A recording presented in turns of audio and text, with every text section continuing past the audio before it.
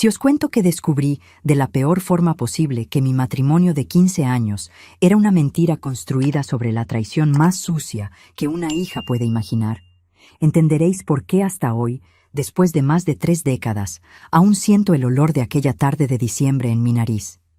El olor a traición sabe a sangre en la boca, tiene color rojo en los ojos, suena como cristal rompiéndose dentro del pecho. Y lo peor de todo, cuando descubres que la persona que te engendró, que debería protegerte por encima de cualquier cosa en este mundo, es justamente quien te está apuñalando por la espalda desde hace más tiempo del que puedes imaginar. Hola a todos, me llamo Margarita, pero podéis llamarme Marga. Tengo 73 años y nací en Albacete, en 1952. Hoy, sentada aquí en la terraza de mi casa, mirando el sol ponerse sobre los árboles que planté con mis propias manos, necesito compartir con vosotros una historia que llevo en el pecho tanto tiempo que a veces parece que se ha convertido en parte de mis huesos. Es una historia de dolor, de descubrimiento, de traición tan profunda que aún hoy me hace despertar en medio de la noche con el corazón acelerado. Pero también es una historia de supervivencia, de reconstrucción, de aprender que somos mucho más fuertes de lo que imaginamos cuando la vida nos empuja al abismo. Antes de empezar, me gustaría saber desde dónde me estáis viendo. Dejadlo ahí en los comentarios. Me encanta saber que mi voz está llegando a tantos rincones diferentes de esta España enorme. Y si podéis, dejadme un like para animarme a seguir contando estas historias que guardo desde hace tanto tiempo. Cada like, cada comentario calienta el corazón de esta señora y me da fuerzas para seguir abriéndome a vosotros. Yo nací en una familia humilde de Albacete. Mi padre, Gerardo, era zapatero en uno de los talleres de calzado de la ciudad. Hombre trabajador, se levantaba a las 5 de la mañana todos los días, llegaba a casa con las manos manchadas de cola y cuero, pero siempre con una sonrisa en la cara para mí y para mis 2 hermanos pequeños, Osvaldo y Celina. Mi madre, Herminia, era costurera. Trabajaba en casa, tenía una máquina Singer negra que estaba en el salón, y el ruido de aquella máquina era la banda sonora de mi infancia. Aquel taca-taca constante, el olor a tela nueva, la luz amarillenta de la lámpara porque a veces se iba la luz y ella seguía cosiendo igualmente. Nuestra casa era pequeña, 3 habitaciones en una calle de tierra en el barrio de la Estación. Las paredes eran de ladrillo visto, el suelo de cemento pulido que mi madre fregaba todos los santos días hasta que brillara. Teníamos una mesita de madera en la cocina donde hacíamos las comidas, una cocina de leña que calentaba toda la casa en invierno y un patio pequeño donde mi padre criaba gallinas. No teníamos mucho, pero lo que teníamos era nuestro, conseguido con sudor y trabajo honrado. Yo crecí ayudando a mi madre con la costura. Desde los 8 años ya sabía coser botones, hacer dobladillos, remendar ropa. Aprendí a coser antes incluso de aprender a hacer divisiones en la escuela. Mi madre era exigente, perfeccionista. Decía siempre que un trabajo mal hecho era peor que no hacer ningún trabajo. Era una mujer de pocas palabras, seria, con ese carácter duro que muchas mujeres de aquella época tenían. No era de abrazos, no era de cariños. Pero yo pensaba que eso era amor a su manera, ¿sabéis? Pensaba que ella demostraba amor a través del trabajo, de poner comida en la mesa, de tener ropa limpia para vestirnos. Mi infancia y adolescencia fueron normales para la época. Estudié hasta segundo de BUP, después tuve que dejarlo para ayudar en casa. A los 15 años ya trabajaba en una tienda de telas en el centro de Albacete. Ganaba un sueldo pequeño, pero que ayudaba en los gastos. Era 1967. España estaba en pleno franquismo, pero eso para mí era algo lejano.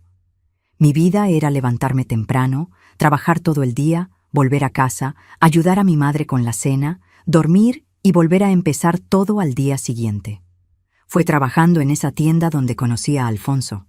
Él tenía 23 años, yo 19. Era 1971. Lo recuerdo bien porque fue el año que hicieron aquella gran fiesta cuando el Real Madrid ganó la Copa de Europa. Todo el mundo en la calle celebrando, banderas colgadas en las ventanas.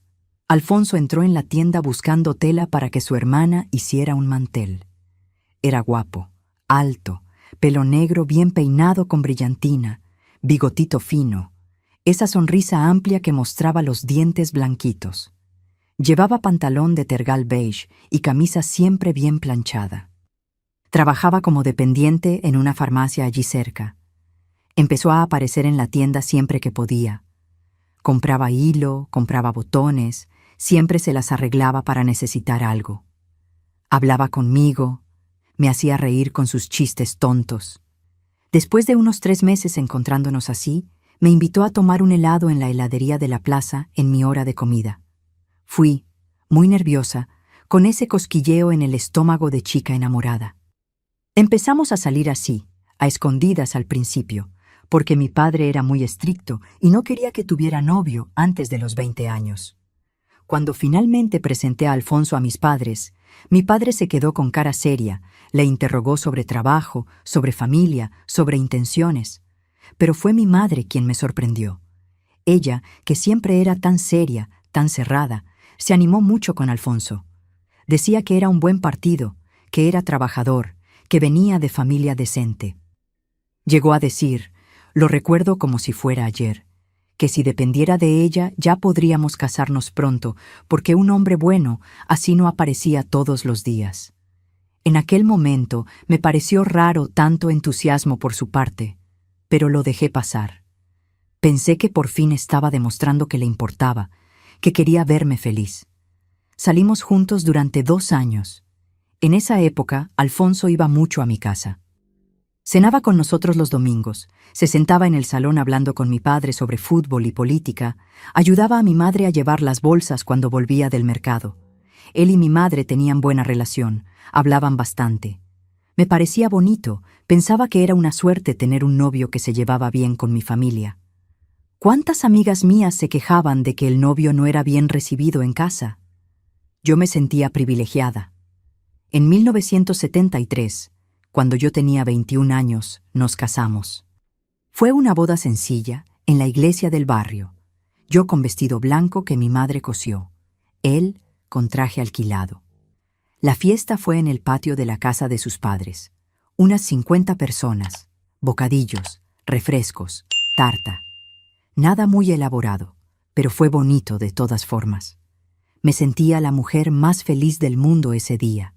Miraba a Alfonso en el altar y pensaba que había encontrado mi lugar en el mundo, que había encontrado al hombre que me haría feliz el resto de mi vida.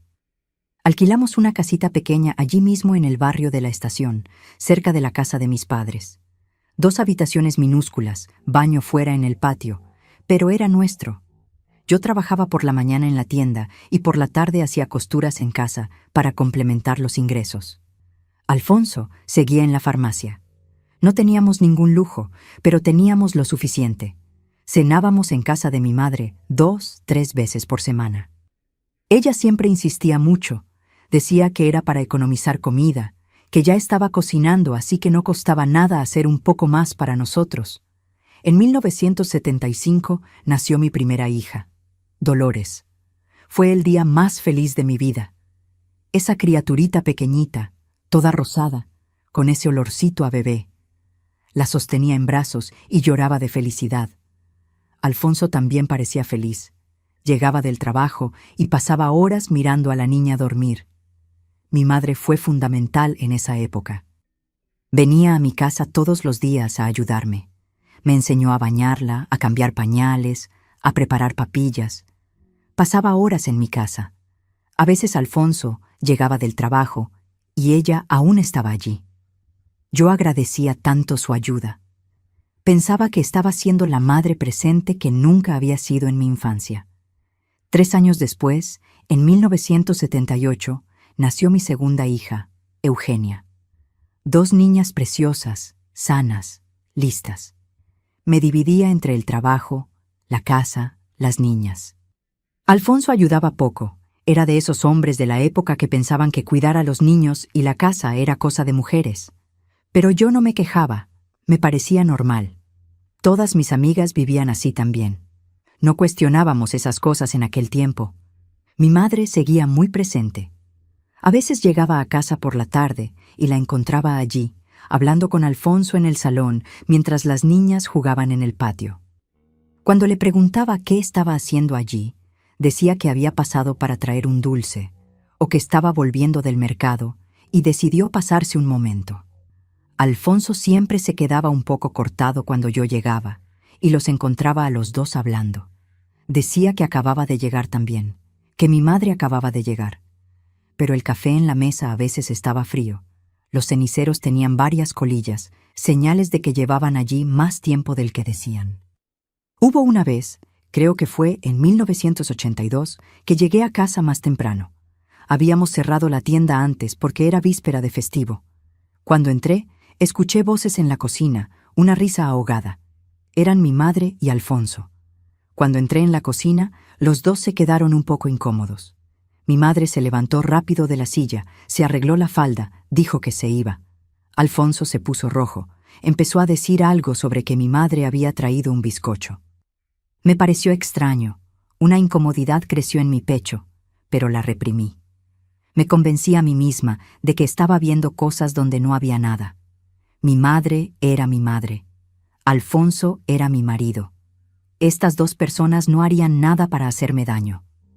Eso es lo que me decía a mí misma. Pero las cosas empezaron a volverse más extrañas con el tiempo. Alfonso empezó a llegar tarde a casa. Decía que estaba haciendo horas extra en la farmacia, que el jefe le había pedido organizar el almacén. A veces llegaba con un olor diferente, un perfume que no era el suyo. Cuando le preguntaba, se irritaba, decía que me estaba volviendo paranoica, que era olor a medicamentos de la farmacia. También empezó a hacer más frío conmigo. En la cama ya no me buscaba como antes. Cuando yo intentaba acercarme, decía que estaba cansado, que había sido un día duro. Las niñas iban creciendo, necesitaban más cosas. Dolores tenía 10 años en 1985. Estaba entrando en esa fase difícil. Eugenia tenía 7. Era más tranquila, pero daba trabajo igualmente. Yo vivía corriendo, trabajando, cuidando de las niñas, de la casa. No tenía tiempo para pensar en las rarezas del matrimonio. O quizás no quería pensar. Ya sabéis cómo es. A veces preferimos no ver lo que está justo delante de nuestros ojos, porque la verdad duele demasiado. Mi madre seguía apareciendo mucho por casa. A veces salía para llevar a las niñas al colegio, y cuando volvía, ella estaba allí, esperando en la puerta. Entraba, hacía un café, se quedaba. Otras veces llegaba del trabajo, y la encontraba sentada en mi salón, como si la casa fuera suya. A Alfonso nunca le parecía extraño. Al contrario, se animaba más cuando ella estaba cerca. Los dos hablaban mucho, se reían mucho. Yo estaba allí, sirviendo café, fregando platos, sintiéndome la intrusa en mi propia casa. Hubo un día, en 1987, que tuve que ir a Madrid a buscar una tela especial que una clienta había encargado. Iba a estar fuera todo el día. Dejé a las niñas con la vecina y avisé a Alfonso que solo volvería por la noche. Cuando estaba en el autobús, ya casi llegando a Madrid, me di cuenta de que había olvidado el monedero con el dinero en casa. Pensé en volver, pero ya estaba demasiado lejos. Tuve que pedir prestado a una amiga que iba conmigo. Todo el día estuve con eso en la cabeza, preocupada por el monedero en casa. Cuando volví, por la noche, la casa estaba a oscuras. Las niñas seguían con la vecina. Entré por la cocina, encendí la luz. Todo normal. Fui al dormitorio a buscar el monedero. Cuando abrí la puerta del dormitorio, sentí un olor en el aire. No era olor a casa cerrada, era olor a perfume, a tabaco. Un cenicero en la mesita de noche con 2 colillas. Pero yo no fumaba y Alfonso solo fumaba en el salón.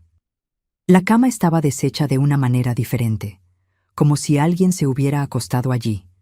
El corazón se me aceleró. Las manos empezaron a temblarme. Miré alrededor buscando algo, alguna señal de lo que había pasado allí. En el suelo, al lado de la cama, una taza de café. Reconocí la taza. Era de mi madre. Una taza con flores que siempre usaba cuando venía a casa. Me quedé allí parada, sosteniendo esa taza, intentando entender. Mi cabeza no quería procesar lo que eso significaba. No podía hacer lo que estaba pensando. No podía. Cuando Alfonso llegó, unas 2 horas después, le pregunté por la taza. Se quedó blanco. Balbuceó algo sobre que mi madre había pasado por allí por la tarde, que había tomado café. Pregunté por qué en el dormitorio. Dijo que se encontraba mal, que se había acostado un poco y mi madre le llevó café. La excusa era tan débil, tan mala, pero yo quería creerla. Necesitaba creerla, porque la alternativa era impensable. Pero a partir de ese día, empecé a prestar más atención. Y cuanto más atención prestaba, más cosas extrañas veía. La forma en que los ojos de mi madre brillaban cuando miraba a Alfonso. Cómo siempre se arreglaba el pelo cuando sabía que él estaba llegando. Cómo se alisaba la falda, se ponía pintalabios, se comportaba de una manera que no era propia de una madre visitando a su hija. Era de mujer arreglada para recibir a un hombre. Empecé a aparecer en casa por sorpresa. Cambiaba mi horario de trabajo sin avisar. Volvía antes, pero nunca pillaba nada concreto. Cuando llegaba, siempre los encontraba a los dos sentados en el salón, hablando, tomando café. Pero ese ambiente extraño en el aire, ese silencio embarazoso cuando yo entraba, la forma en que se alejaban uno del otro demasiado rápido. Había noches que no podía dormir. Me quedaba allí, tumbada al lado de Alfonso, mirando al techo, pensando. ¿Me estaría volviendo loca? ¿Sería paranoia mía? Pero no lo era. En el fondo de mi corazón sabía que no lo era. Ese instinto de mujer, esa voz interior que intentamos acallar pero que no deja de gritar. Algo estaba pasando, algo muy malo estaba pasando delante de mis narices. En 1989, mi padre falleció. Infarto fulminante, murió mientras dormía. Fue un shock enorme para toda la familia. Mi madre se quedó viuda a los 62 años. Después del entierro, vino a vivir más cerca de mí. Alquiló una casita a 3 manzanas de la mía. Decía que necesitaba estar cerca de su hija, que se sentía sola. Me pareció natural, incluso me pareció bien poder cuidar mejor de ella en esta fase difícil. Pero con ella viviendo tan cerca, las visitas se volvieron diarias. Aparecía por la mañana, por la tarde, por la noche. Siempre tenía una excusa. Trajo verdura del mercado, hizo bizcocho y trajo un trozo. Estaba pasando y decidió acercarse. Y Alfonso, siempre tan solícito con ella. Le ayudaba a llevar las cosas, arreglaba el grifo en su casa, cambiaba bombillas. Pasaba más tiempo cuidando de las cosas de mi madre que cuidando de nuestra propia casa. Las niñas estaban creciendo. Dolores tenía 15 años en 1990. Se estaba convirtiendo en una señorita. Eugenia tenía 12. Empezaron a decir que les parecía extraña la cercanía de la abuela con el padre. Dolores llegó a decirme una vez que había visto al padre y a la abuela hablando en el patio, muy juntitos, casi susurrando. Cuando ella se acercó, los dos se apartaron rápidamente. En ese momento le reñí, le dije que no dijera tonterías, que no inventara cosas, pero eso siguió martillando en mi cabeza. Llegó diciembre de 1991. Hacía un calor insoportable, ese calor de Albacete que parece que derrite hasta los huesos. Yo trabajaba de 8 a 12 en la tienda. Ese día, un martes, la dueña de la tienda nos dejó salir antes porque se iba de viaje. Eran las 11:30 de la mañana cuando salí. Normalmente me quedaría en el centro haciendo algo, tomaría un café, miraría escaparates. Pero hacía mucho calor. Decidí ir directamente a casa, ducharme, tumbarme un poco antes de que las niñas llegaran del colegio. Cuando giré la esquina de mi calle, vi la bicicleta de mi madre apoyada en la valla de mi casa, esa bicicleta vieja, azul, que usaba para hacer la compra. Pensé que era raro, porque nunca venía a mi casa a esa hora. Siempre venía por la tarde, pero no le di muchas vueltas. Entré normal por la puerta. La puerta de entrada estaba entornada, no cerrada con llave. Entré despacio porque hacía calor y no quería hacer ruido si alguien estaba durmiendo. El salón estaba vacío. La casa estaba en silencio. Ese silencio pesado, ¿sabéis? Dejé mi bolso en la silla del salón y fui caminando hacia la cocina para beber agua. Fue entonces cuando lo oí. Un gemido bajito procedente del dormitorio. Mi dormitorio. La sangre se me heló en las venas. Las piernas me flaquearon. Me quedé allí parada en medio del salón sin poder moverme. Otro gemido, más fuerte. Una voz de mujer y una voz de hombre respondiendo en voz baja. No sé de dónde saqué valor para caminar hasta el dormitorio. Cada paso parecía durar una eternidad. El corazón latiendo tan fuerte que me dolía el pecho. Las manos sudando, la cabeza palpitando. Yo sabía lo que iba a encontrar. Mi cuerpo ya lo sabía. Pero mi cabeza aún intentaba negarlo. Aún intentaba inventar una explicación. Cualquier explicación que no fuera aquella. La puerta del dormitorio estaba entreabierta. Solo una rendija. Me acerqué despacio, despacio, como si el suelo fuera a romperse bajo mis pies en cualquier momento. Miré por la rendija y vi a mi madre, en mi cama, con mi marido, desnudos, sudados, entrelazados, las manos de él sobre el cuerpo de ella, la boca de ella en el cuello de él. Los dos moviéndose juntos, con una intimidad que solo viene de años de práctica, de conocimiento profundo del cuerpo del otro. El mundo se detuvo. Literalmente, se paró. Como si alguien hubiera pulsado un botón y congelado todo. No podía respirar. No podía pensar. Solo podía ver aquella imagen que iba a quedar grabada en mi retina para el resto de mi vida. No sé cuánto tiempo me quedé allí parada, mirando. ¿Segundos? ¿Minutos? El tiempo había dejado de existir. Hasta que algo dentro de mí se rompió. Un grito salió de mi garganta, un grito que ni siquiera parecía mío. Empujé la puerta con tanta fuerza que golpeó contra la pared. Los dos saltaron de la cama. Mi madre gritó. Alfonso se quedó blanco como el papel. ¿Qué es esto? ¿Qué estáis haciendo? Mi voz salía ronca, estrangulada. Mi madre agarró la sábana intentando cubrirse. Alfonso se quedó allí parado, desnudo, patético, sin saber qué hacer. Entré en la habitación como un huracán. Cogí su ropa del suelo, se la tiré a la cara. «Vístete y sal de mi casa. Sal de mi casa ahora». Ella estaba llorando, intentando decir algo. Pero yo no quería escuchar. No podía escuchar. Si escuchaba, si me paraba a procesar lo que estaba ocurriendo, me derrumbaría. Se vistió rápido, torpemente, llorando. Pasó junto a mí sin mirarme a los ojos. Oí la puerta de entrada cerrarse. Alfonso se había puesto los pantalones. Estaba allí, sin camisa, con esa cara de perro abandonado.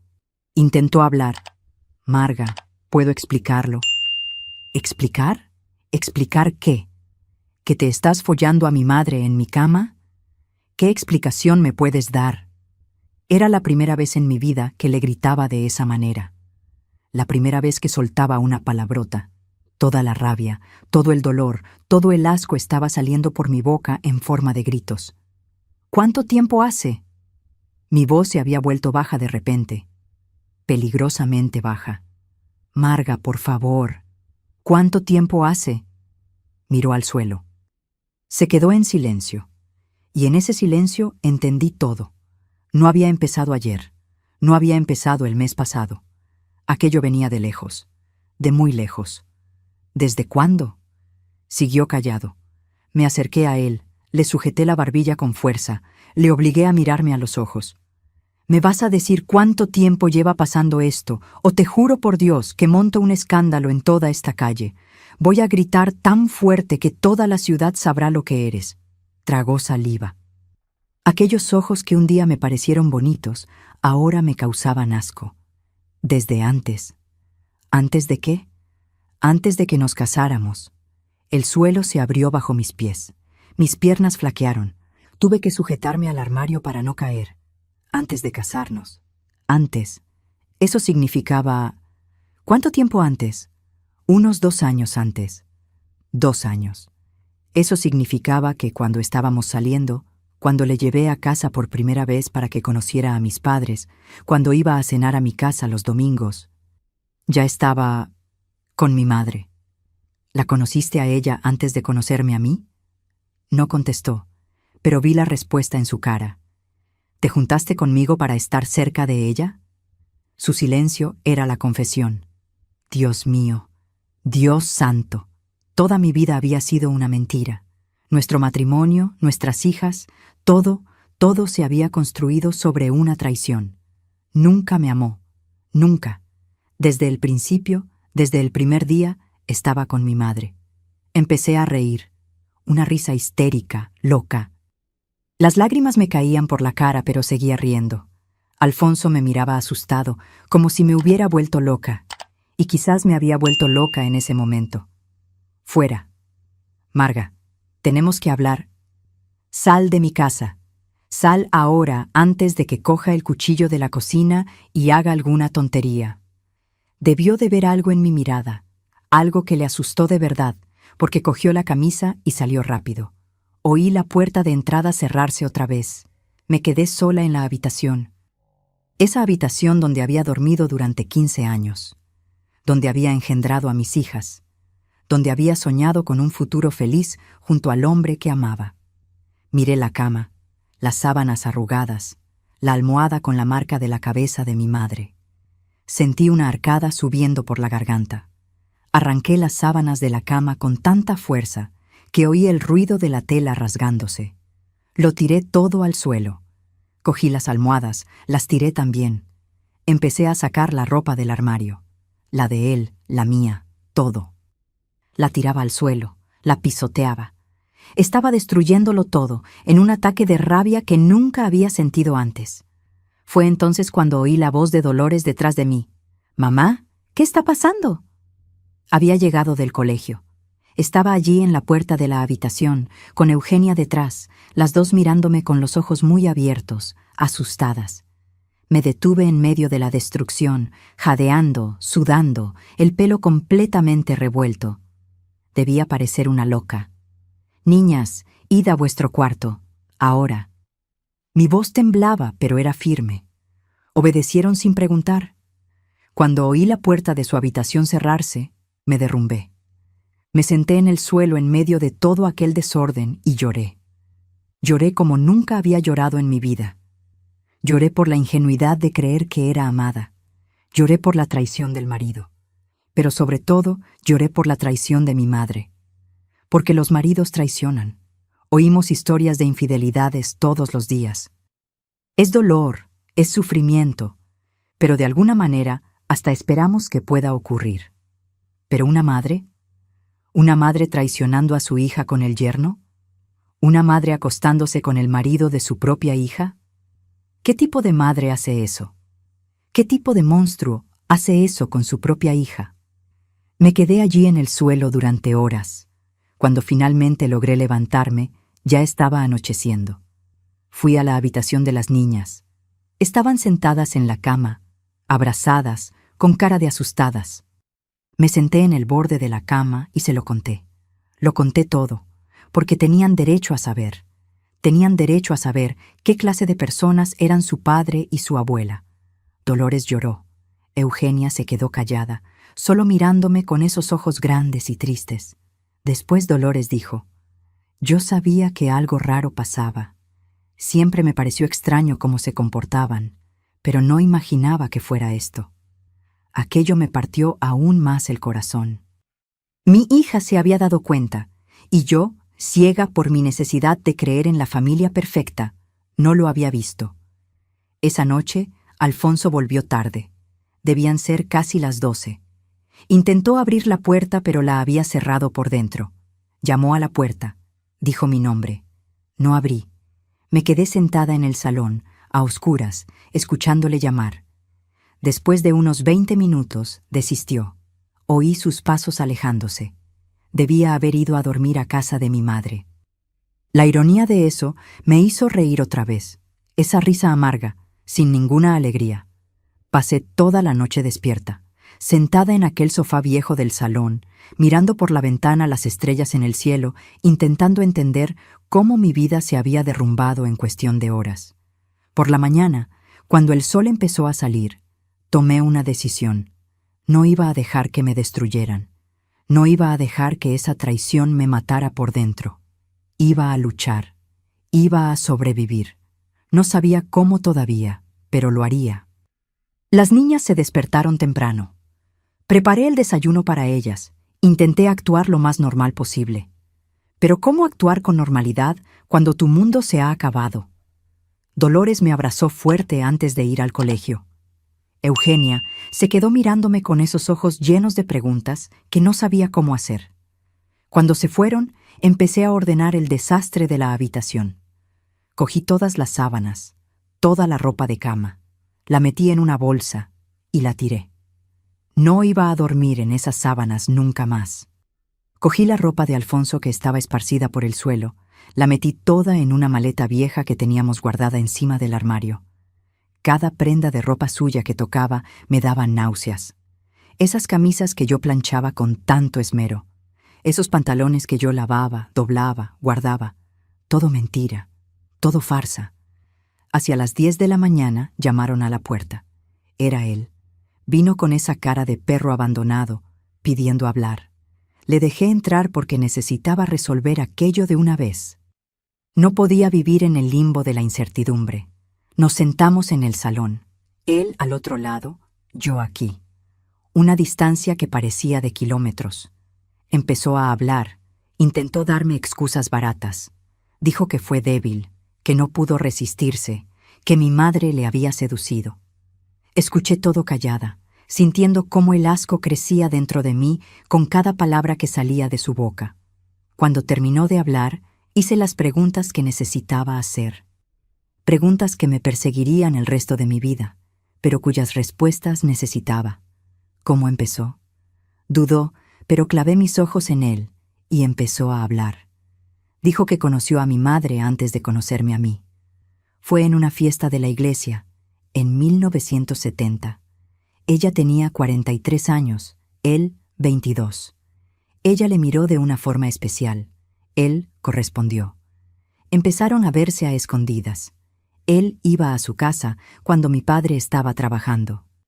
Se quedaban en el cuarto de costura, entre las telas y la máquina Singer. Siguieron así unos meses hasta que ella empezó a tener miedo de que la descubrieran, de perder su matrimonio, su reputación. Fue ella quien sugirió que él se buscara una novia de tapadera. Fue ella quien me presentó a él. Oír eso fue como recibir una puñalada en el pecho. Mi propia madre me había ofrecido a su amante como escudo. Yo no era la hija querida, era la cortina de humo. ¿Y tú aceptaste? Ella dijo que era la única forma de que pudiéramos seguir viéndonos. Si salía contigo, tendría excusa para estar siempre en su casa. Tu padre no sospecharía. ¿Entonces nunca me quisiste? Se quedó callado. La respuesta estaba en su silencio. ¿Y el matrimonio? ¿Por qué te casaste conmigo si no me amabas? Ella se quedó embarazada. Mi corazón se detuvo. Literalmente dejó de latir durante un segundo. ¿Qué? En 1972, tu madre se quedó embarazada. De mí. Entró en pánico. Tenía 45 años. Tu padre sospecharía. Ella perdió al niño. Fue un aborto espontáneo. Pero tuvo miedo de que volviera a ocurrir. Creyó que sería más seguro si nos casábamos. Así yo estaría siempre cerca, pero a la vez lo suficientemente lejos para no levantar sospechas. Estaba escuchando, pero no podía creerlo. Mi madre se había quedado embarazada de mi novio. Había perdido al bebé. Y en vez de terminar con toda esa locura, le había empujado a casarse conmigo. Y él había aceptado. ¿Y las niñas? ¿Tú querías tener a las niñas? Tu madre quiso. Dijo que quedaría muy raro si nos casábamos y no teníamos hijos. La gente empezaría a preguntar, a hablar. Era parte de la farsa. Mis hijas, mis preciosas hijas, habían sido engendradas como parte de una farsa, como piezas de una elaborada mentira para esconder una traición. Sentí un dolor tan fuerte en el pecho que pensé que iba a tener un infarto allí mismo. ¿Alguna vez me amaste? ¿En algún momento de estos 15 años? Me miró a los ojos, y por primera vez desde que todo aquello empezó, fue sincero. No, siempre la he amado a ella. Ya está, era la verdad desnuda y cruda. 15 años de matrimonio, 2 hijas, una vida entera construida sobre una mentira. Y él, con toda su cara dura, sentado allí frente a mí, admitiendo que nunca, ni por un segundo, me había amado. Sal de mi casa. Coge esa maleta que he preparado con tus cosas y sal de mi casa. No quiero volver a verte. Nunca más. Marga, las niñas. Las niñas son mías. No tienes ningún derecho sobre ellas. Eres un mentiroso, un traidor, un cerdo. Si te acercas a mis hijas, te juro que le cuento a toda la ciudad lo que eres. Te convertirás en el hazmerreír de todo Albacete, el hombre que se acostó con su suegra durante 20 años. Vi el miedo pasar por sus ojos. En aquella época, algo así arruinaría la vida de cualquiera. Perdería el trabajo, sería objeto de burlas. Él lo sabía. Cogió la maleta y se fue. No miró atrás. Y yo me quedé allí, en la puerta, viéndole marcharse, sintiendo un vacío tan grande dentro de mí que parecía que me hubieran arrancado todos los órganos y dejado solo la cáscara. Pero lo peor aún estaba por venir, porque todavía tenía que enfrentarme a mi madre. Esperé unos 3 días, 3 días para reunir el valor de ir a su casa, 3 días procesando todo aquello, intentando no volverme loca. Las niñas se daban cuenta de que algo muy grave había ocurrido. Dolores intentaba ayudarme con la casa, con la comida. Eugenia estaba más callada aún de lo normal. Ninguna de las dos preguntó por su padre. Era como si entendieran que ese hombre ya no existía para nosotras. La mañana del 4.º día me levanté temprano, me arreglé y fui a casa de mi madre. Eran las 7 de la mañana. Llamé a la puerta. Tardó en abrir. Cuando lo hizo, se notaba que no había dormido bien. Tenía ojeras profundas, el pelo desarreglado, el rostro envejecido. Por un segundo, solo un segundo, sentí lástima por ella. Pero entonces recordé la imagen de ella en mi cama con mi marido, y la lástima se convirtió en asco otra vez. «Tenemos que hablar». Asintió y me dejó entrar. La casa estaba hecha un desastre, algo que nunca había visto. Mi madre siempre había sido tan ordenada, tan meticulosa. Pero ahora había ropa tirada en el sofá, platos en el fregadero, polvo en los muebles. Nos sentamos en la mesita de la cocina. Intentó servirme café, pero me negué. No iba a aceptar nada de ella. Nunca más. ¿Por qué? Fue todo lo que pude preguntar. Mi voz salió en un susurro ronco. Se quedó callada un rato. Movía las manos, miraba hacia abajo. Cuando finalmente habló, su voz temblaba.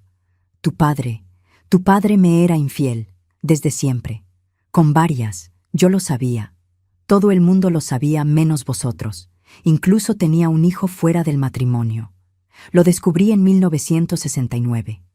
Fue cuando conocí a Alfonso. Dios mío, otra revelación más. Mi padre había engañado a mi madre. Tenía un hijo fuera del matrimonio. ¿Pero eso justificaba lo que ella hizo? Eso no te da derecho a hacer lo que hiciste. Soy tu hija. Tu hija. Lo sé y me odio por ello cada santo día, pero al principio no pensaba en ti, solo pensaba en mí, en mi dolor, en mi soledad. Alfonso me hacía sentir guapa, deseada. Tu padre no me tocaba desde hacía años. Y entonces apareció aquel chico, joven, guapo, queriendo prestarme atención. ¿Entonces le utilizaste? ¿Y después me utilizaste a mí? No fue así. Cuando me di cuenta de que se estaba volviendo demasiado serio, quise terminarlo. Fue cuando me quedé embarazada. Perdí al bebé, pero el susto fue grande. Pensé que si salía contigo, si se convertía en parte oficial de la familia, sería más fácil controlar la situación. ¿Controlar? ¿A eso lo llamabas controlar? Estuvisteis acostándoos bajo las narices de mi padre durante años. Bajo mis narices, en mi cama, estaba gritando ahora. Todo el control que había intentado mantener se perdió. Me levanté de la silla, golpeando la mesa con las manos. ¿Alguna vez pensaste en mí? ¿Alguna vez te preguntaste cómo me sentiría cuando lo descubriera? ¿O simplemente no te importaba? Sí que me importaba. Por eso éramos tan cuidadosos. Nunca quisimos que lo descubrieras. ¡Ah, qué maravilla!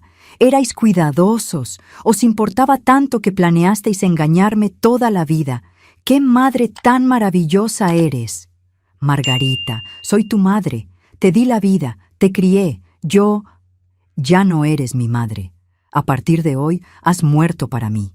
No quiero verte más. No quiero que te acerques a mis hijas. No quiero ni oír tu nombre. Estás muerta para mí. ¿Entendido? Muerta. Salí de aquella casa dando un portazo tan fuerte que el cristal de la ventana tembló. Caminé por la calle con las lágrimas corriendo por mi cara, sin importarme las vecinas que miraban por las ventanas. Que miraran, que vieran.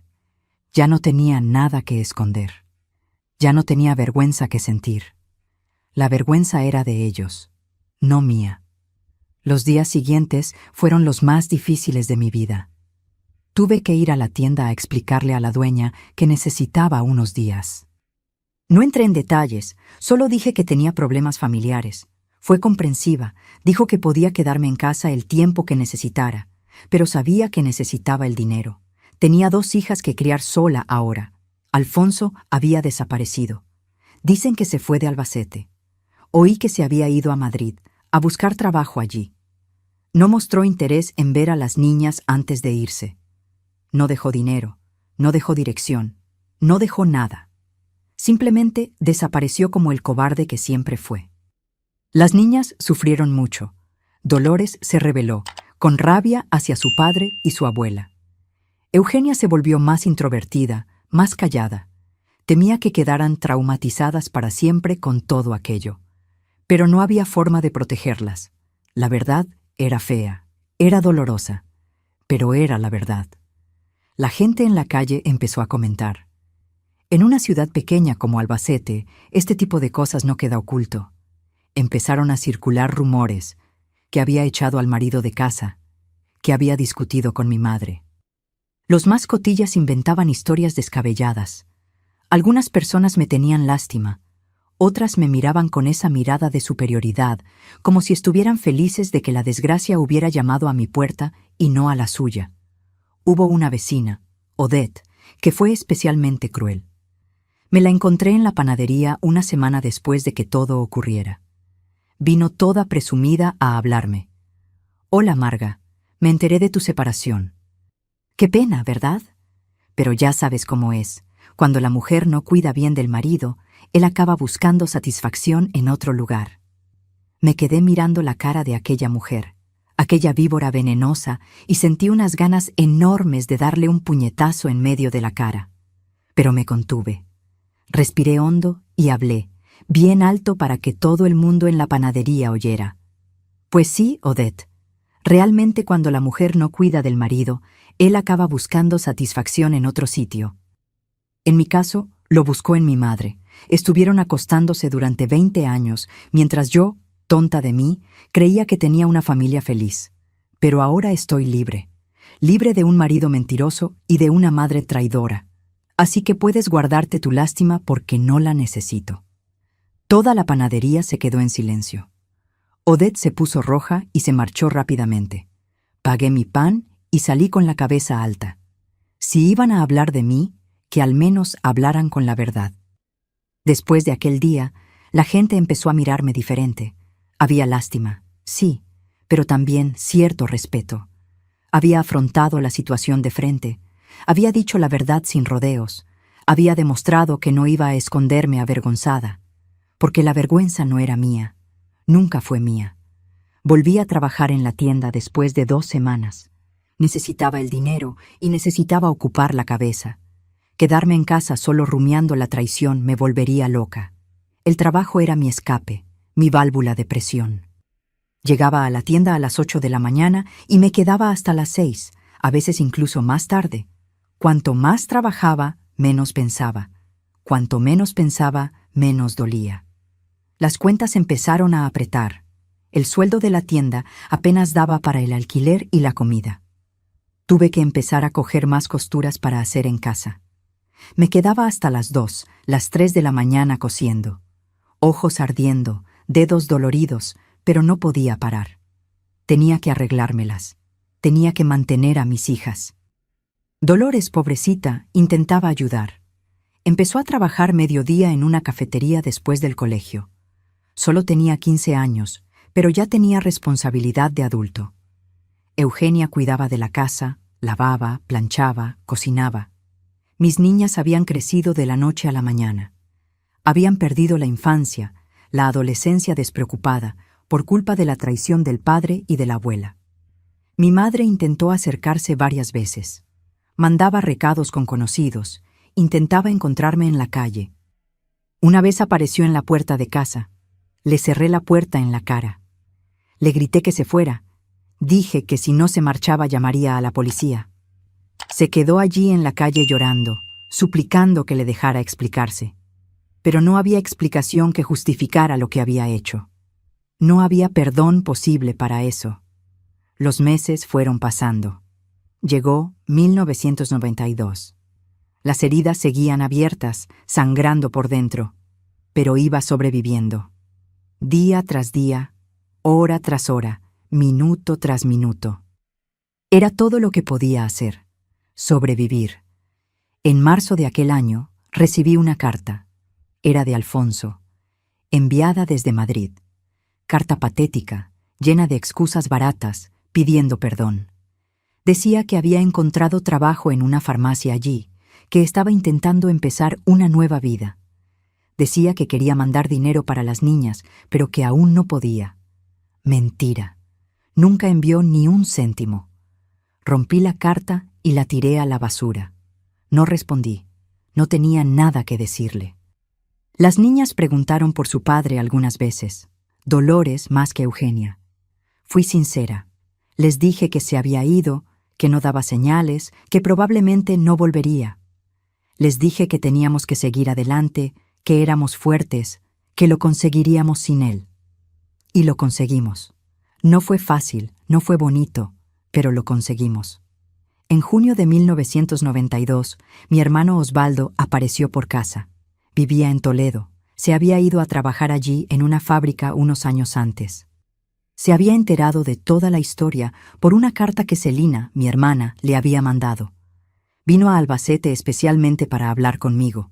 Nos sentamos en el salón, él, yo y una cafetera. Dijo que estaba indignado, que quería ir a Madrid a darle una paliza a Alfonso. Le dije que no lo hiciera, que no merecía la pena, que aquel hombre ya estaba muerto para mí. Pero su presencia allí, su apoyo, me calentó el corazón de una manera que no esperaba. No estaba sola. Aún tenía familia que se preocupaba por mí. Osvaldo me ofreció dinero. Dijo que podía ayudarme cada mes con un poco, hasta que me estabilizara. Me negué al principio. Tenía orgullo, no quería aceptar limosna de nadie. Pero insistió. Dijo que no era limosna, era ayuda de hermano a hermana. Que era su obligación ayudarme, ya que nuestros padres me habían fallado. Acepté. Con ese dinero extra de mi hermano, pude respirar un poco mejor. Ya no estaba tan apurada a final de mes. Celina también me apoyó. Vivía allí mismo en Albacete, pero al otro lado de la ciudad. Tenía 3 hijos. También vivía ajustada, pero siempre se las arreglaba para llevar algo a mis niñas. Ropa que sus hijos ya no usaban, comida, a veces algo de dinero. Mis hermanos fueron mi puerto seguro en esa tormenta. En septiembre de 1992, supe por terceros que mi madre estaba enferma. Nada grave, solo una gripe fuerte, pero a su edad cualquier cosa podía complicarse. Celina vino a pedirme que la visitara.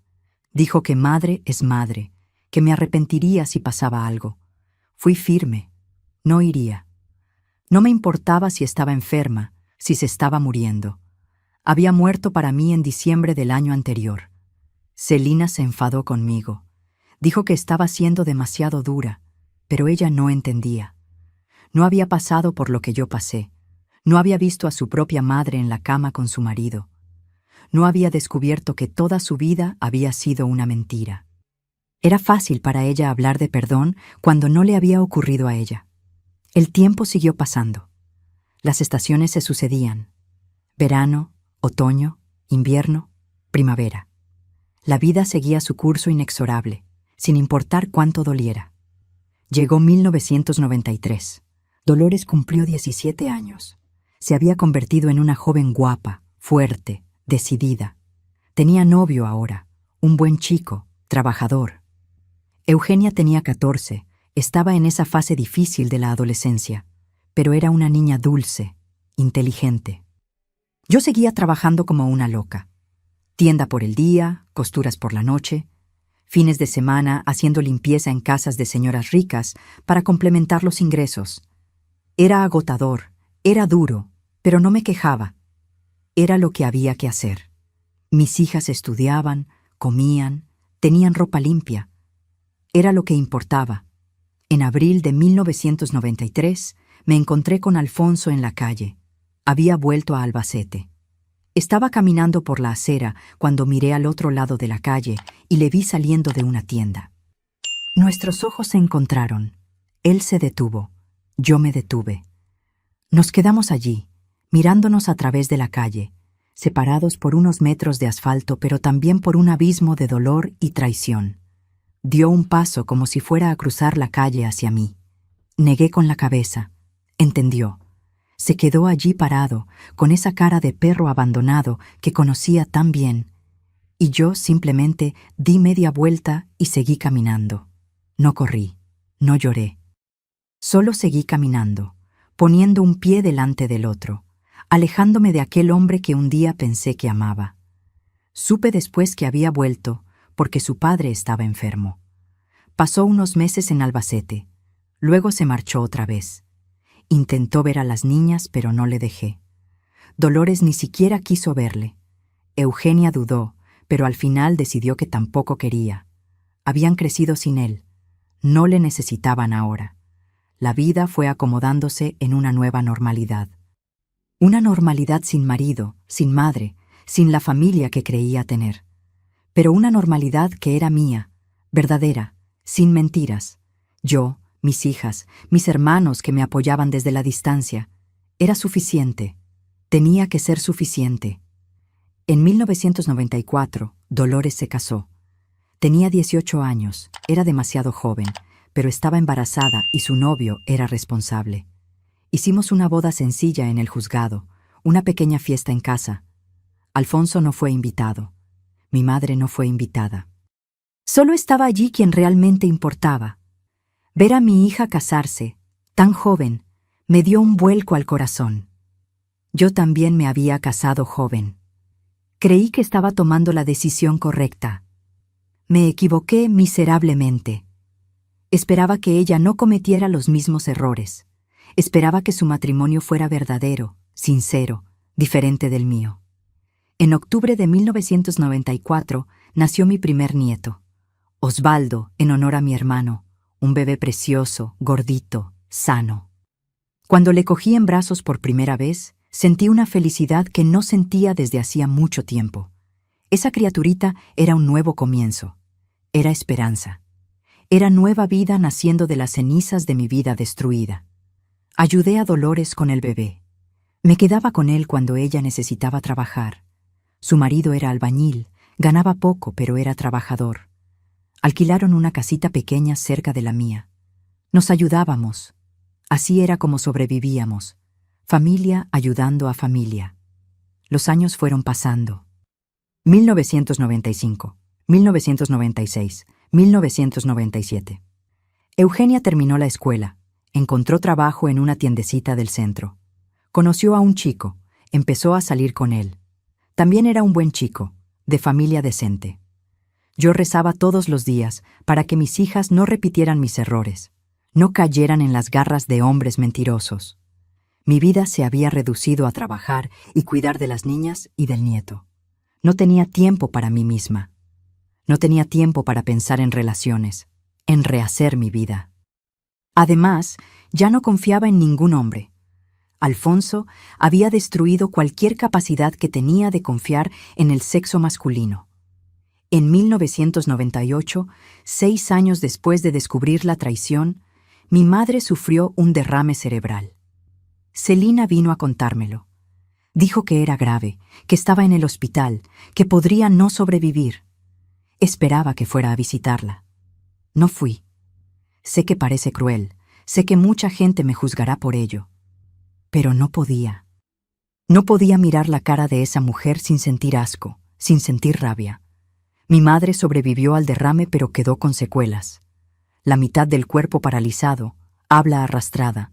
Necesitaba cuidados constantes. Celina asumió los cuidados.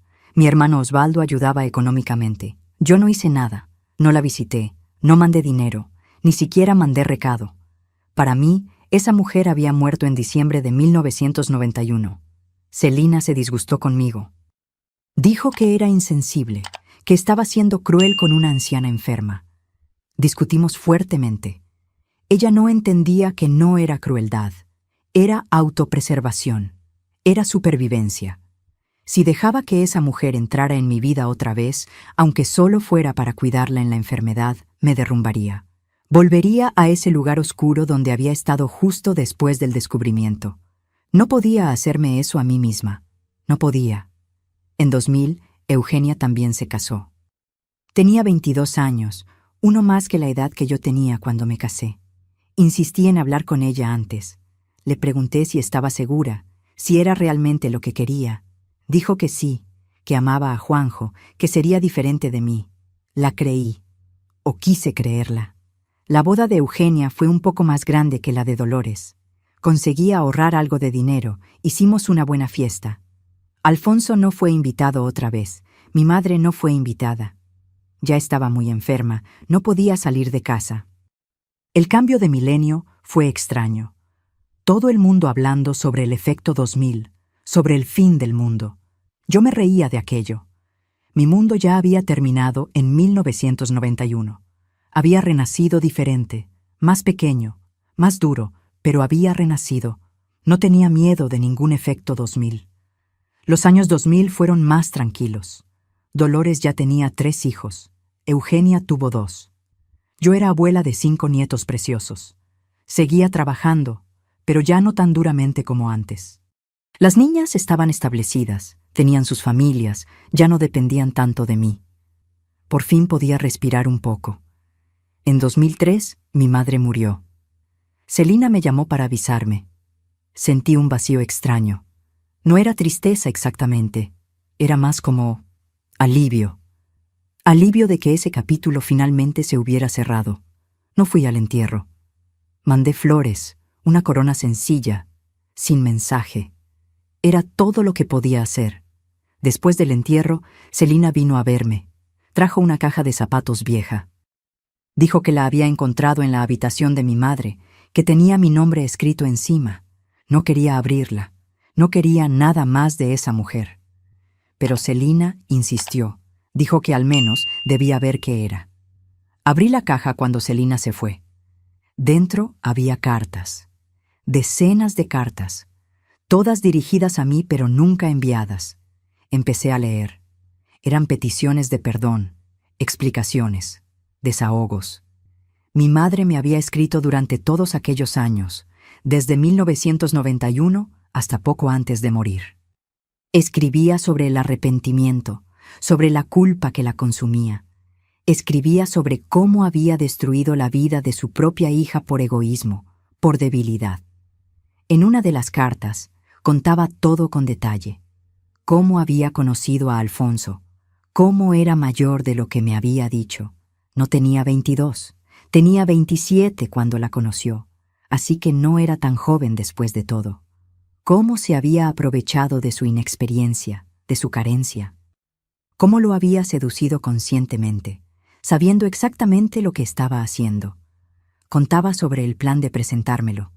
Decía que en su cabeza, si yo me casaba con Alfonso, ella podría tenerlo cerca sin levantar sospechas. Pero también decía que se había arrepentido poco después, que había intentado terminar con él varias veces, pero él no la dejaba, que se había obsesionado con ella. No sé si creía en esa versión. Parecía demasiado conveniente echar toda la culpa a Alfonso. Pero leer aquellas cartas me hizo entender algunas cosas. Mi madre había sido una mujer infeliz toda su vida, atrapada en un matrimonio sin amor con un hombre que la engañaba abiertamente, invisible para su marido, para sus hijos, para la sociedad. Y cuando apareció alguien que la hizo sentirse viva de nuevo, se aferró con uñas y dientes, sin importarle a quién iba a hacer daño en el proceso. No lo justificaba, nunca lo justificaría, pero al menos lo entendía. Y quizás entender fuera el primer paso para lo que vendría después. Leí todas las cartas aquella noche. Lloré leyendo. Lloré por mi madre, por la mujer rota que había sido. Lloré por mí, por la hija traicionada. Lloré por mis hijas, que habían crecido sin abuela, sin padre. Lloré por todo lo que habíamos perdido por culpa de aquella maldita traición. En la última carta, escrita pocos meses antes de morir, mi madre pedía perdón. No esperaba que la perdonara, decía. Sabía que no lo merecía. Pero necesitaba pedirlo de todos modos. Necesitaba que supiera que se había arrepentido todos los santos días desde aquella tarde de diciembre. Que había muerto un poco cada día sabiendo que había perdido a su hija, a sus nietas, todo lo que realmente importaba. Terminaba la carta diciendo que me quería, que siempre me había querido, incluso cuando tomó aquellas horribles decisiones, que su mayor error en la vida no había sido traicionar a su marido, sino traicionar a su hija. Porque al marido lo elegimos, pero la hija es para siempre. Y ella había tirado ese para siempre por unos momentos robados de placer y atención. Guardé las cartas de vuelta en la caja. Coloqué la caja en el fondo del armario. No sabía qué hacer con todo aquello. No estaba preparada para perdonar. Quizás nunca lo estaría. Pero al menos ahora entendía que mi madre también había pagado un alto precio. Había vivido 12 años cargando con esa culpa, ese arrepentimiento. Había muerto sola, rechazada por su hija, lejos de sus nietas. Había sido su propio infierno. Los años siguieron pasando. 2005, 2006, 2007. Mis nietos crecían. Yo envejecía. El cuerpo empezaba a doler en lugares que antes ni sabía que existían. Las manos se me ponían rígidas de tanto coser. La espalda se quejaba de tantos años de trabajo duro. Pero estaba viva. Había sobrevivido. En 2008, Dolores se divorció. Su marido había empezado a beber. Se volvía agresivo. Ella no quiso esperar para ver hasta dónde llegaba. Cogió a sus 3 hijos y se fue. Vino a vivir conmigo otra vez. Mi casita pequeña se quedó apretada con todos, pero nos las arreglábamos. Era mejor estar apretados y seguros que espaciosos y con violencia. Ver a mi hija pasar por eso me partió el corazón, pero también me llenó de orgullo. Había sido fuerte. Había hecho lo que yo debería haber hecho mucho antes. Había salido a la primera señal de alarma. No había esperado a que la situación se deteriorara completamente como yo había esperado. La ayudé a empezar de nuevo. Cuidé de los nietos mientras ella trabajaba. Compartimos gastos, compartimos responsabilidades. Éramos una familia de mujeres fuertes, supervivientes. No necesitábamos a ningún hombre que nos completara. En 2010 cumplí 60 años. Mis hijas me organizaron una fiesta sorpresa, sencilla, en casa, pero llena de amor. Miré alrededor en aquella fiesta y vi todo lo que había construido de las ruinas de mi matrimonio destruido. 2 hijas fuertes y trabajadoras, 5 nietos sanos y felices, amigos verdaderos que habían estado a mi lado durante la tormenta. Alfonso apareció de nuevo en Albacete por esa época. Estaba viejo, acabado. Supe que se había vuelto a casar en Madrid, pero que su mujer había muerto de cáncer. Intentó acercarse de nuevo a las hijas. Dolores ni siquiera quiso hablar con él. Eugenia aceptó verlo, por curiosidad más que por otra cosa. Pero fue un encuentro frío, sin conexión.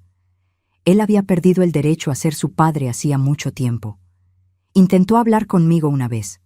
Me encontró en la calle. Empezó a lloriquear pidiendo perdón, diciendo que había sido débil, que había cometido un error.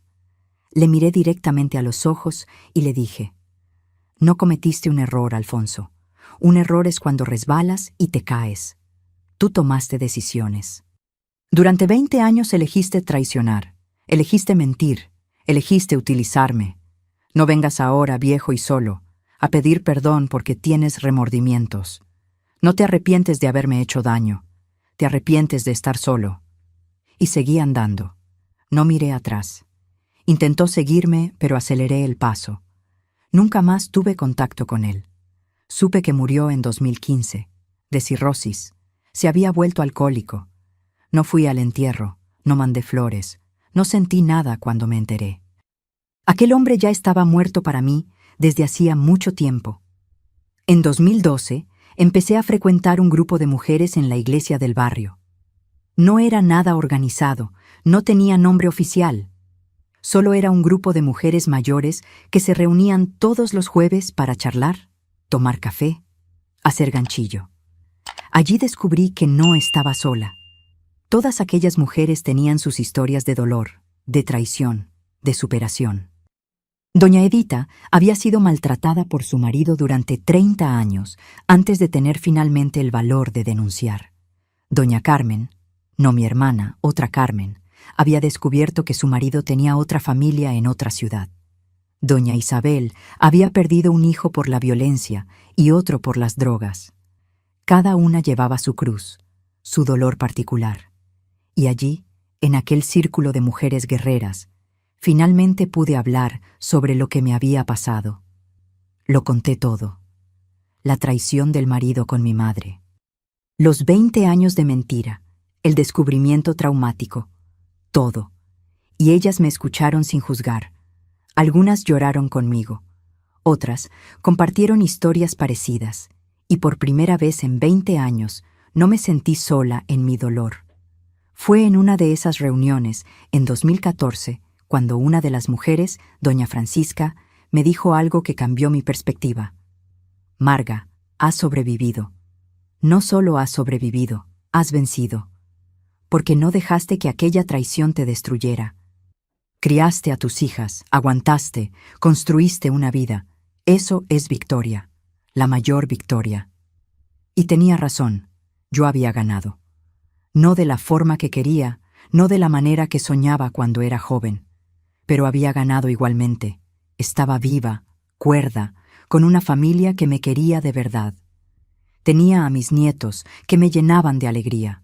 Tenía a mis hermanos, que nunca me abandonaron. Tenía a mis hijas, que eran mujeres fuertes e independientes. En 2016, Dolores conoció a un buen hombre. Era viudo, tenía 2 hijos ya mayores. No era pasión ardiente, era más bien una asociación, una amistad que se convirtió en amor. No quiso casarse otra vez, pero se fueron a vivir juntos. Por fin estaba feliz de nuevo. Por fin había encontrado a alguien que la respetaba, que la valoraba. Eugenia siguió casada. Su matrimonio no era perfecto. Tenía sus problemas como todos los matrimonios. Pero era honesto. Había respeto mutuo. Había amor verdadero. Era todo lo que podía esperar para mi hija. Miro hacia atrás y veo el camino que he recorrido. Veo a la chica ingenua que fui, pensando que había encontrado al amor de su vida. Veo a la mujer destruida que me convertí cuando descubrí la verdad. Veo a la superviviente que fui durante años, trabajando hasta que me dolían los huesos para mantener a mis hijas. Y veo a la mujer que soy hoy, mayor, más cansada, pero infinitamente más sabia. Si pudiera volver atrás, ¿lo haría diferente? Claro que sí. No me habría casado con Alfonso. Habría prestado más atención a las señales. Habría confiado en mi instinto. Pero no puedo volver. Nadie puede. Solo podemos seguir adelante, llevando las cicatrices, pero sin dejar que nos definan. ¿Perdoné a mi madre? Esa es la pregunta que mucha gente me hace cuando cuento esta historia. Y la respuesta sincera es, no lo sé. Hay días en que creo que sí, que entiendo que era una mujer rota, tomando decisiones rotas. Hay días en que todavía siento rabia. Todavía siento la traición ardiendo en el pecho como si hubiera ocurrido ayer. El perdón no es un interruptor que se activa y ya está. Es un proceso largo, doloroso, que quizás nunca termine completamente. Pero lo que sí sé con certeza es que ya no dejo que aquella traición me controle. Ya no me despierto en medio de la noche con el corazón acelerado pensando en aquello. Ya no lloro cuando lo recuerdo. El dolor sigue ahí, probablemente siempre estará, pero ya no es un dolor que paraliza. Es un dolor que me recuerda lo fuerte que soy. Mis hijas me preguntan a veces si me arrepiento de haberme casado con Alfonso, y la respuesta es compleja. Me arrepiento del dolor, de la traición, de los años perdidos viviendo una mentira. Pero no puedo arrepentirme completamente porque de aquel matrimonio vinieron ellas, mis niñas preciosas, fuertes, maravillosas. Y si tuviera que pasar por todo aquello otra vez para tenerlas en mi vida, lo haría. Sin dudar. La vida enseña de formas extrañas. Enseña a través del dolor, a través de la pérdida, a través de la traición. Y lo que aprendí de todo esto es que somos mucho más fuertes de lo que imaginamos, que podemos soportar mucho más de lo que creemos, que incluso cuando parece que el mundo se ha acabado, sigue girando y seguimos respirando. Y un día, de repente, nos damos cuenta de que estamos viviendo de nuevo, no solo sobreviviendo. Hoy, sentada aquí en la terraza de mi casita, escuchando el ruido de mis nietos jugando en el patio, puedo decir que soy feliz. No es la felicidad que soñaba cuando tenía 20 años. Es una felicidad diferente, construida sobre escombros, pero sólida, real, verdadera. Y para vosotros que me estáis escuchando, que quizás estéis pasando por alguna situación parecida, quiero deciros, vais a sobrevivir. Parece que no, parece que el dolor os va a matar, pero no lo hará. Sois más fuertes de lo que imagináis, y al otro lado de ese dolor hay vida esperando. Hay felicidad esperando. No es la felicidad que planeabais, pero es felicidad igualmente. No dejéis que la traición de otras personas defina quiénes sois. No dejéis que la maldad ajena destruya vuestra capacidad de amar, de confiar, de vivir. Os merecéis más que eso. Os merecéis una vida plena, verdadera, honesta. Y si alguien os traiciona, recordad, la vergüenza no es vuestra. La culpa no es vuestra. No hicisteis nada malo al confiar, al amar, al creer. Quien traicionó es quien tiene que cargar con ese peso, no vosotros. Queridos míos, esta fue mi historia. Una historia de dolor, pero también de superación. De traición, pero también de fuerza. De pérdida, pero también de reconstrucción. Gracias por escucharme hasta el final. Gracias por darme la oportunidad de compartir este peso que llevé sola durante tanto tiempo. Si esta historia os ha conmovido de alguna manera, dejad vuestro like ahí abajo. Contadme en los comentarios desde dónde me estáis viendo. Me encanta saber que mi voz está llegando lejos, que no estoy hablando sola. Y suscribíos al canal, porque tengo muchas otras historias que contar. Historias de otras mujeres fuertes que sobrevivieron, que vencieron, que se negaron a dejar que el dolor las destruyera. Con cada historia que cuento, siento que un pedacito de aquel dolor antiguo se va. Es como si compartiendo el peso con vosotros se volviera más ligero. Así que gracias. Gracias por estar aquí. Gracias por escucharme. Gracias por recordarme que no estoy sola. Un beso en el corazón de cada uno de vosotros. Y recordad siempre, sois más fuertes de lo que imagináis. Vais a sobrevivir, vais a vencer. Hasta la próxima historia, queridos míos. Que Dios bendiga a cada uno de vosotros.